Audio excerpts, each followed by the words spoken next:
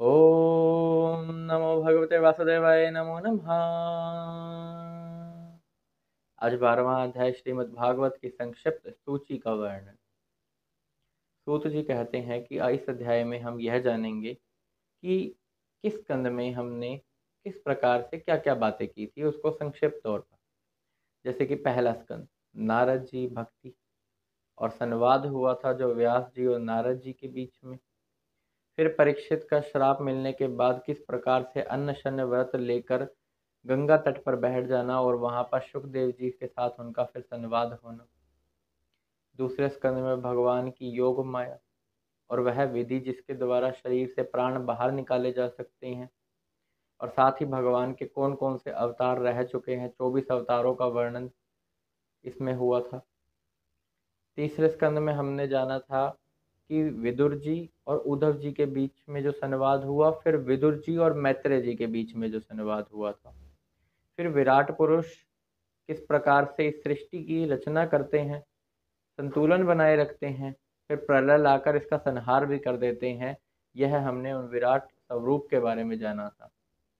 चौथे स्कंद में दक्ष यज्ञ विध्वंस हुआ था, 9 प्रजापतियों की उत्पत्ति हुई थी, ध्रुव और पृथु का चरित्र और प्राचीन ब्रही की जो नारद जी के साथ संवाद हुआ था उसका वर्णन चौथे स्कंद में था। पांचवें स्कंद में नाभि चरित्र और साथ ही इस सृष्टि के अंदर जितने भी पर्वत नदियां इत्यादि सब हैं, इसको ज्योतिष चक्र बोला जाता है, उसका वर्णन पांचवें स्कंद में हुआ था। छठे स्कंद में हमने भगवान के बारे में जाना था कि छठे स्कंद में बताया गया था कि जो दक्ष प्रजापति है उनकी उत्पत्ति कैसे हुई। अब जो 9 प्रजापति उत्पन्न हुए थे, फिर उनसे ही तो दक्ष हुए थे। फिर दक्ष की कन्याएं थी आगे, तो उन कन्याओं का किन के साथ विवाह हुआ और फिर उनका वंश किस प्रकार से आगे बढ़ा, इस प्रकार से हमने छठे स्कंद में जाना था। सातवें स्कंद में हमने जाना था हिरण्यकश्यप और हिरण्याक्ष का वध, साथ ही प्रहलाद जी की जो अद्भुत भक्ति थी और किस प्रकार से भगवान ने कृपा प्रसाद उन पर बरसाया, इसका वर्णन हमने सातवें स्कंद में किया था।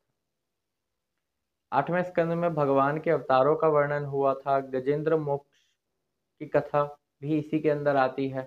भगवान के अवतार जैसे कि वामन अवतार, कूर्म अवतार, मत्स्य अवतार इत्यादि, इन अवतारों का वर्णन हमने आठवें स्कंद में किया था। अब नवम स्कंद में सूर्यवंश और चंद्रवंश का वर्णन है। और दशम स्कंद जिसके अंदर हमने भगवान की अद्भुत लीलाओं का वर्णन किया, जो कि बहुत ही श्रवण करने योग्य है। उसका पान, उनका गान तो हर समय करते रहना चाहिए। उनका यदुवंश में जन्म लेना, फिर जन्म लेने के बाद सखाओं के साथ किस प्रकार से वह खेलते थे, मैया के साथ कैसे ठिठोली करते थे, कैसे मस्ती मजाक करते थे, और कितनों का उन्होंने उन बचपने में ही उद्धार कर दिया था। जैसे कि उन्होंने यमला अर्जुनों का उद्धार किया था, गोवर्धन पर्वत भी उठाया था, ग्वालों के साथ खेलते हुए भी कहीं कहीं बताए गए तो कोई कोई असुर आते थे, फिर उनको मार गिराया था।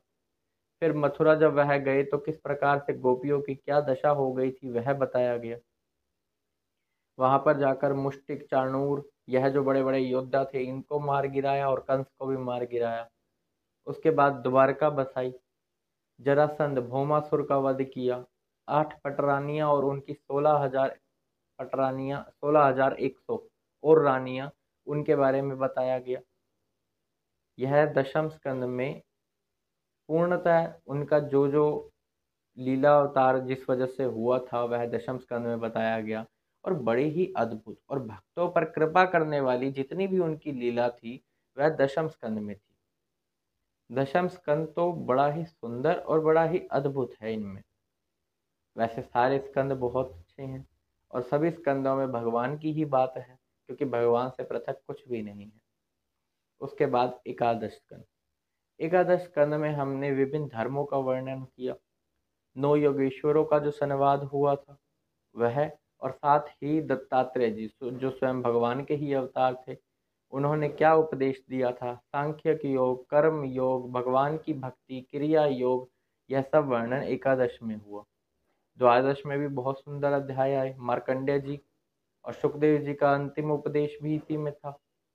और भगवान की भक्ति के बारे में, और जो इस महापुराण को पढ़ता है उनके साथ क्या होता है, उनका जीवन किस प्रकार से परिवर्तित हो जाता है, उनकी पाप राशि किस प्रकार से पूरी की पूरी नष्ट हो जाती है, यह द्वादश स्कंद में बताया गया था।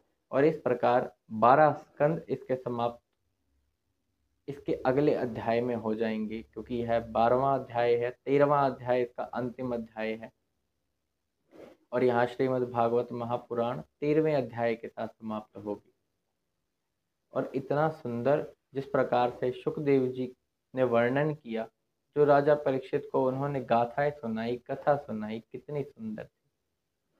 साथ ही शुकदेव जी ने कहीं कहीं पर क्या क्या कहा वह भी थोड़ी थोड़ी सुनी। वह कहते हैं कि जिस मुख से, जिस वाणी से कभी भगवान का गुणगान नहीं हुआ, जिसने कभी अपने अंतर मन से उन श्री कृष्ण, उन परमात्मा का नाम नहीं लिया, जो जीवन भर नास्तिक बना रहा और उसने कभी भगवान पर ही विश्वास नहीं किया और खुद मैं मेरेपन के घमंड में पड़ा रहा, उससे नीच कोई हो नहीं सकता। वह अधोगति का, नरक में जाने वाला, नरक में भी घोर नरक में पड़ने वाला व्यक्ति है। 5वें स्कंद का अंतिम अध्याय यह भी इसी पर ही था कि नरकों, विभिन्न प्रकार के नरकों का वर्णन और क्या अपराध करने से क्या सजा मिलती है, यह भी 5वें स्कंद में बताया गया था। अंतिम अध्याय 26वां अध्याय।